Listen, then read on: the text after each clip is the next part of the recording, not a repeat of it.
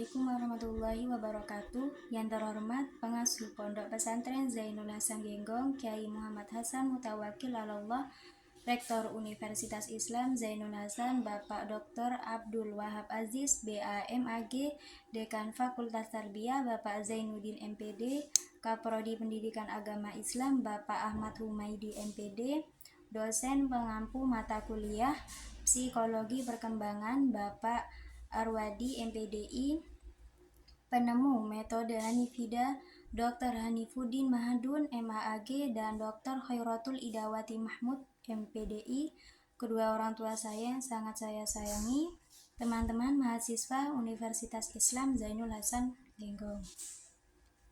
Perkenalkan, nama saya Arifatul Hiria dari kelas 3E CBL Bani Rancang. Pada kesempatan kali ini saya ingin mempresentasikan mata kuliah Psikologi Perkembangan yang berjudul Perkembangan Masa Pertengahan dan Anak-anak Akhir. Perkembangan anak merupakan proses yang berlangsung seiring waktu yang melibatkan perubahan fisik, kognitif, emosional, dan sosial. Masa pertengahan dan akhir anak-anak adalah tahap penting dalam perkembangan yang terjadi pada rentang usia 6 hingga 12 tahun. Pada periode ini, anak-anak mengalami berbagai perubahan yang mempengaruhi cara mereka berpikir, berinteraksi dengan orang, serta memahami diri dan dunia di sekitar mereka. Pemahaman yang mendalam mengenai tahap-tahap ini sangat penting untuk memberikan dukungan yang tepat bagi tumbuh kembang anak. Yang pertama, ini ada dimensi fisik. Dimensi fisik pada anak-anak pertengahan, yakni umur 6-8 tahun.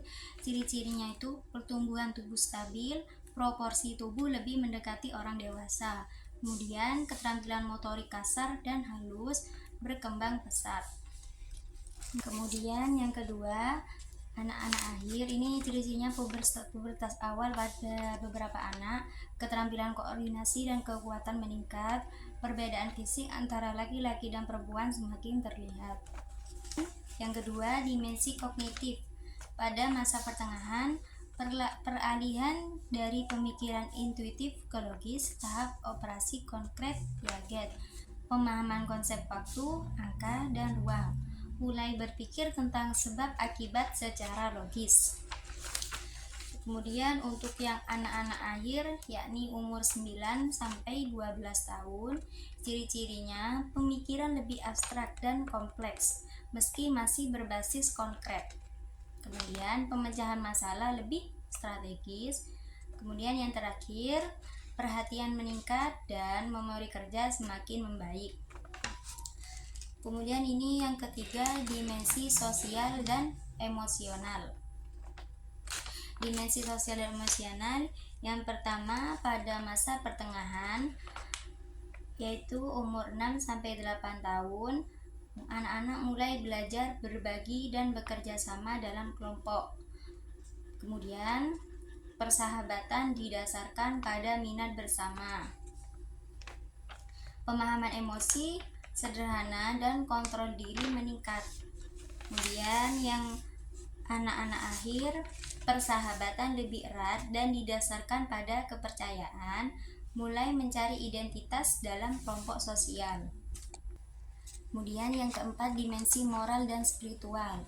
Pada masa anak-anak mulai memahami aturan sebagai sesuatu yang harus diikuti.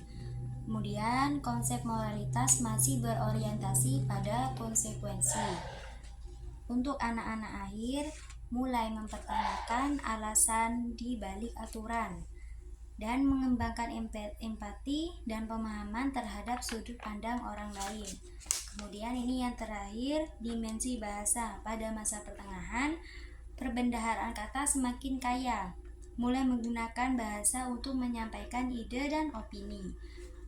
Kemudian anak-anak akhir, ciri-cirinya pemahaman bahasa semakin kompleks, kemampuan membaca dan menulis lebih matang. Sekian presentasi dari saya. Wassalamualaikum warahmatullahi wabarakatuh.